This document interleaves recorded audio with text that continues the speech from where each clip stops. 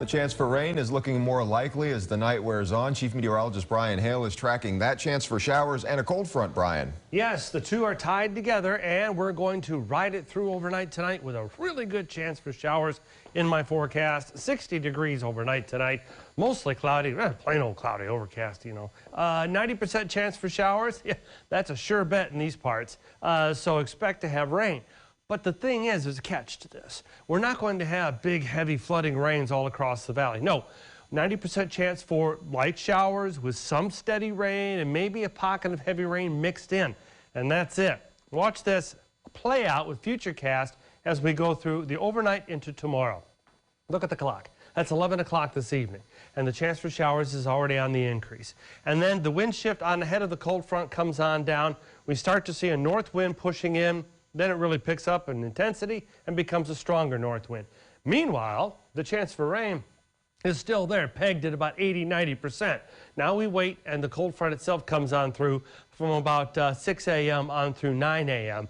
And you can see that bulldozing on down through the valley. And then, well, it opens the gates, and the real push of north breeze comes on in throughout the late morning hours into the midday, and the rain starts to push off as well with that front as it gets swept on down to the south. So it's cooler, it's breezier, so we've got a lot of things to contend with as we head out the door tomorrow for sure. One of which is a lot of, as I said, light rain with some steady rain in there as well. Note the clock here on the graph all the way on through the morning hours. So slow your roll if you're out there driving. No sudden stops, and give yourself extra distance. That way if something happens, you can maneuver. And of course, never drive through standing water. I don't think there'd be a lot of that. But you know what? There's always that one intersection, isn't there? That one frontage road that floods no matter how little rain we get. So be sure to keep those usual suspects in mind tomorrow morning. And check your tires and wipers and all that stuff. Yeah, I know. No one wants to spend money on that stuff. Now, we're talking about tomorrow morning in terms of preparing yourself mentally for what will be not a horrible morning, but it'll be wet and then windy, and you have to contend with all of that, and temperatures that will be dropping through the day. We start out at 60 at 6 a.m., and we're at 51 at 3 o'clock in the afternoon. Notice the chance for rain will be wrapping up as well, but also notice that wind out of the north. More on that in a second. All right, Futurecast shows the amount of rainfall. This is at least looking better for the upper valley. We're up to 1/4 of an inch or more for the upper valley and out west. That's good news. Parts of the upper valley getting near 1/2 an inch, mid-valley 1/2 an inch, 3/4 of an inch or more along the coast. Thank goodness, because the upper valley, you need to drink the worst. The tally for the last 30 days has you below normal.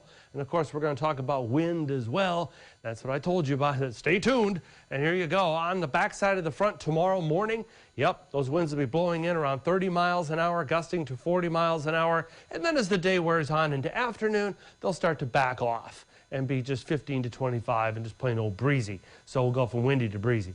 Wind advisory, in fact, will be in effect from the morning hours through 3 o'clock for right along the coast. So keep that in mind if you head fishing on the brain for tomorrow.